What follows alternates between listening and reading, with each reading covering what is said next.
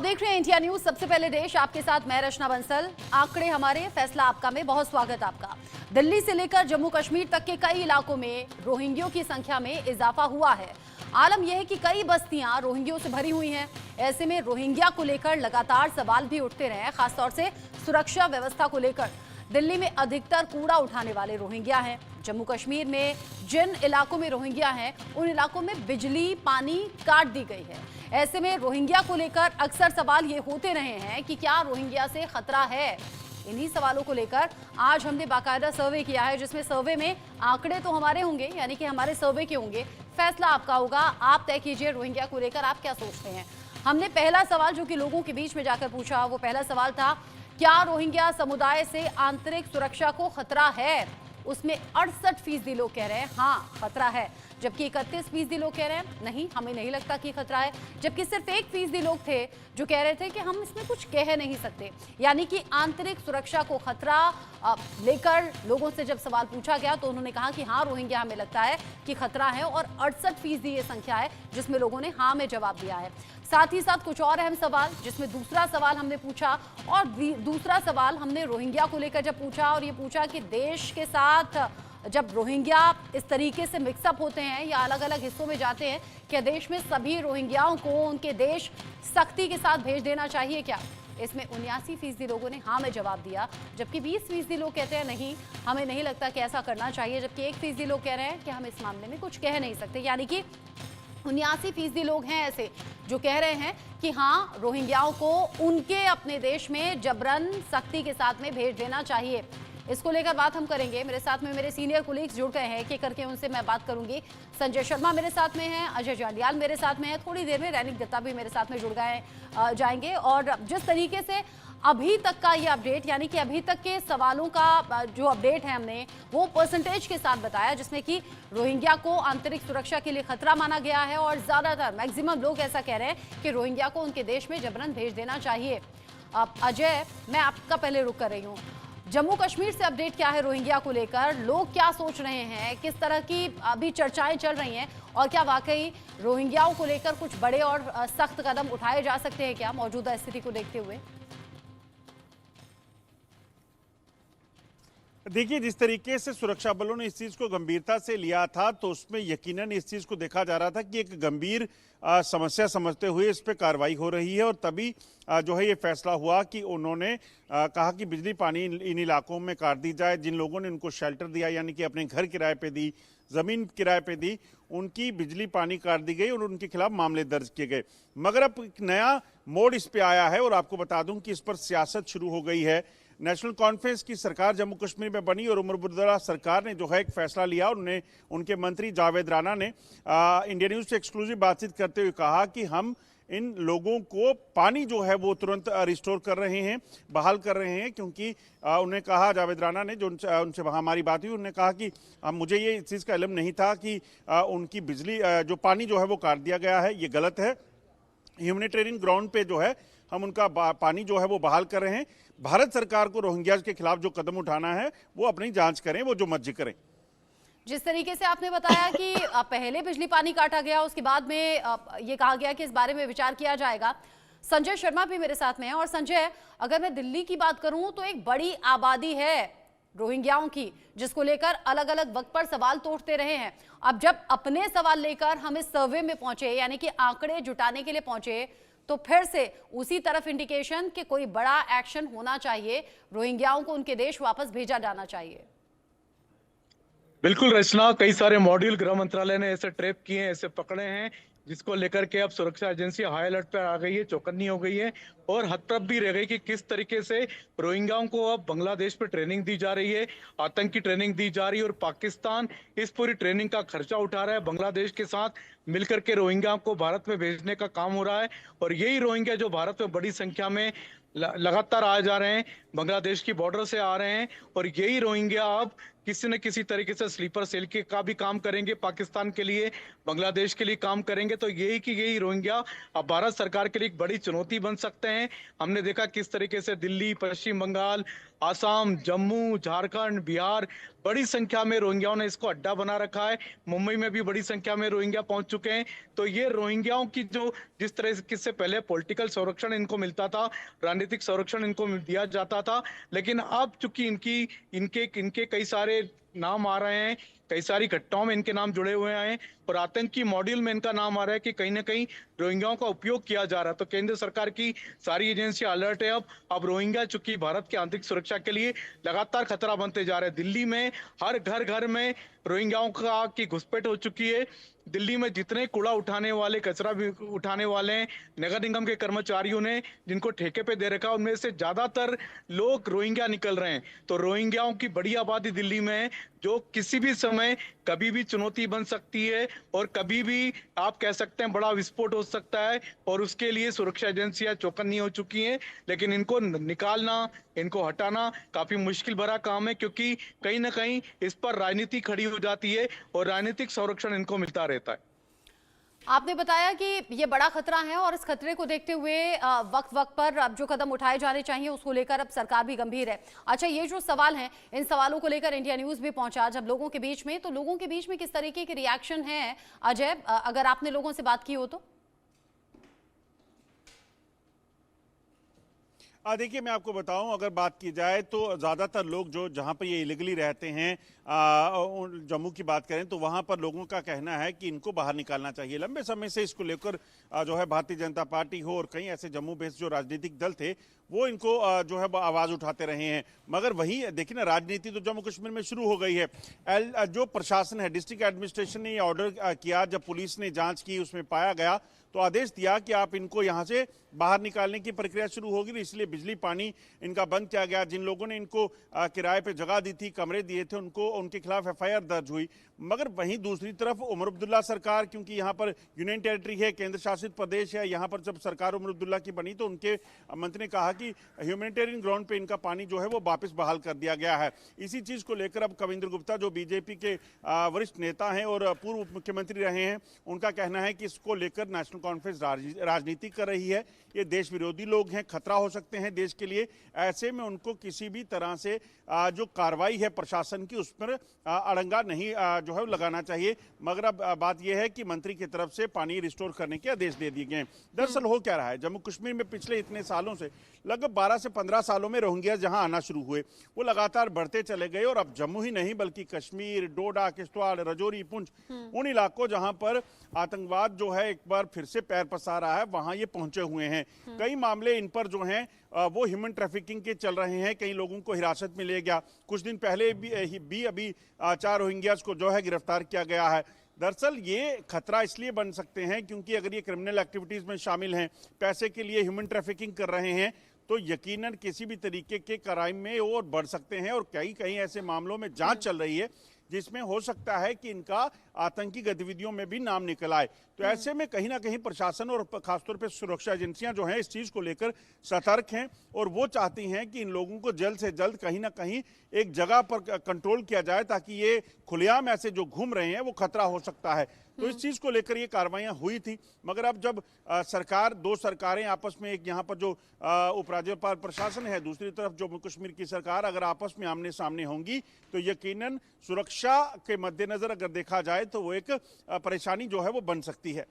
आपने बताया कि कैसे अलग अलग वक्त पर अब जो क्रिमिनल केसेस हैं उनमें भी रोहिंग्याओं का इन्वॉल्वमेंट पाया गया है और ये अब जिस तरीके से केसेस बढ़े हैं और जिस तरीके से रोहिंग्याओं की संख्या बढ़ी है वो बड़ी चिंता वाली बात है। इन सभी के बीच कुछ और सवाल हैं जो हम लोगों के बीच में लेकर पहुंचे।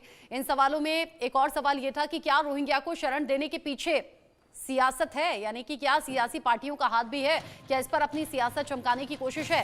इसका जवाब 72% लोगों ने कहा है हाँ, जबकि 22% लोग कह रहे हैं कि नहीं, ऐसा हमें नहीं लगता, जबकि 6% लोग कह रहे हैं कि हम इस बारे में कुछ कह नहीं सकते। यानी कि रोहिंग्याओं की संख्या बढ़ना या फिर उन्हें बढ़ावा देना, इसके पीछे सियासी ताकतों का हाथ भी लोगों को नजर आता है और ये बड़ी संख्या में नजर आता है। 72% लोग कह रहे हैं कि हाँ, हमें लगता है कि इसके पीछे सियासत है।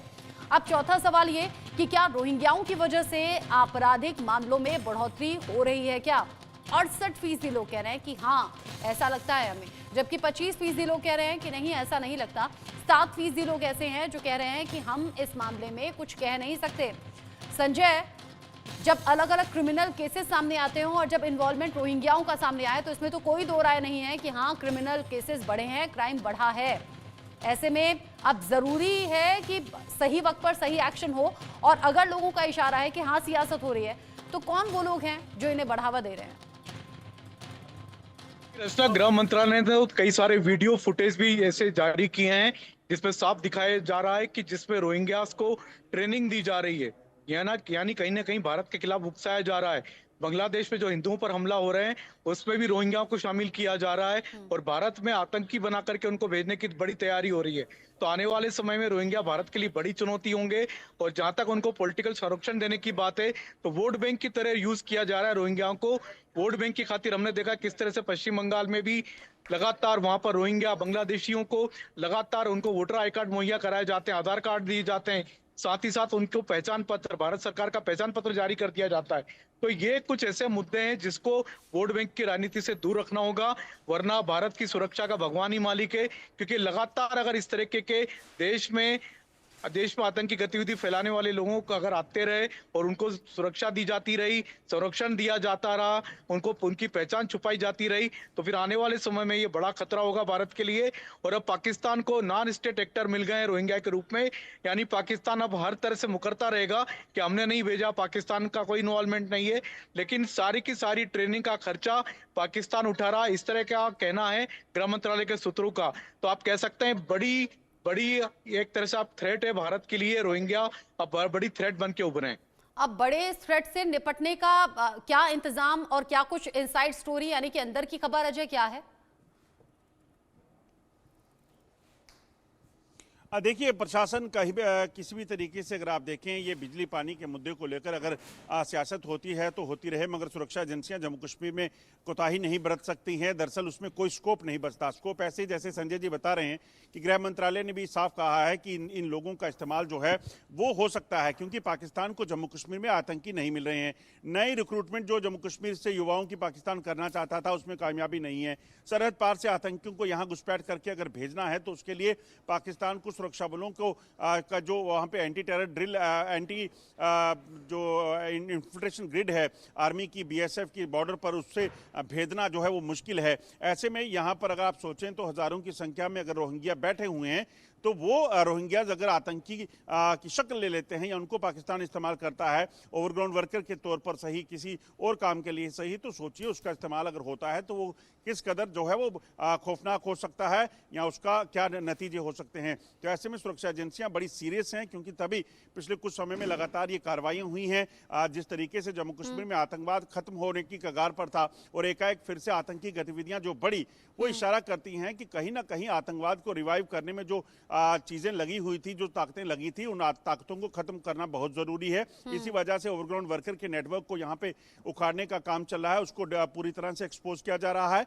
और उसके साथ साथ ये लोग जो कि नॉन स्टेट एक्टर के तौर पर काम कर सकते हैं क्योंकि इनका कोई यहाँ पे स्टेक नहीं है, किसी तरह की इनकी कोई यहाँ पर इन्वॉल्वमेंट वो नहीं है, कोई प्रॉपर्टी नहीं है, किसी तरह का कोई इनका कोई रिश्तेदार नहीं है।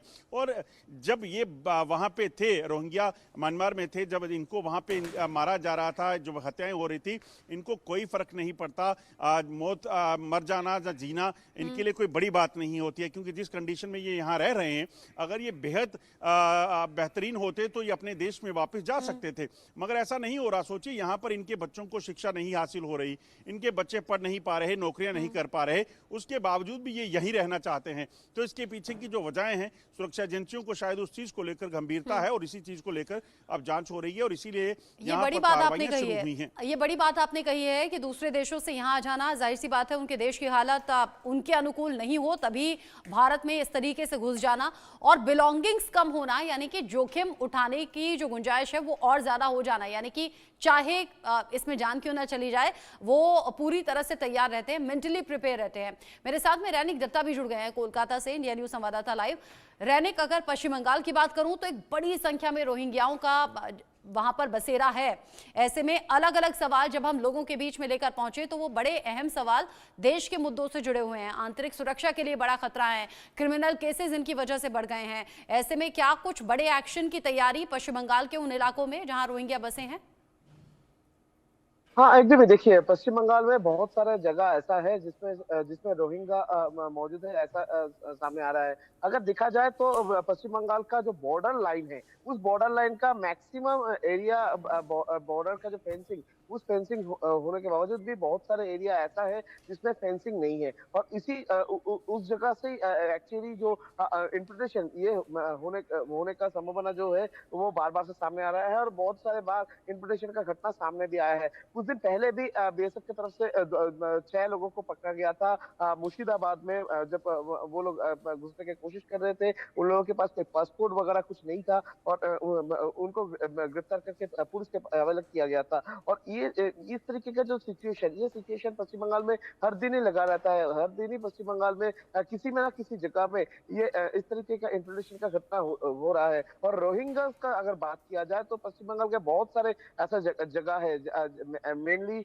मुर्शिदाबाद जिला, उसके साथ बीरभूम जिला, बहुत सारे जगह में इस तरीके का जो रोहिंग्या वो रहता है। और मैक्सिमम जो रोहिंग्या का बात अगर किया जाए तो जो नॉर्थ बंगाल का एरिया है, कोचबिहार, शीतलकुची, ये जो एरिया है, इस एरिया में भी बहुत सारे लोग रहते हैं। और इंफिल्ट्रेशन का घटना भी उस जगह से बहुत सारे बार हुआ है। तो साफ है कि ये पूरा बात को सामने रखते हुए एक बड़ा कार्रवाई हो सकता है, और बड़ा कार्रवाई का इंतजार भी बहुत दिन से पश्चिम बंगाल का लोग कर रहे हैं।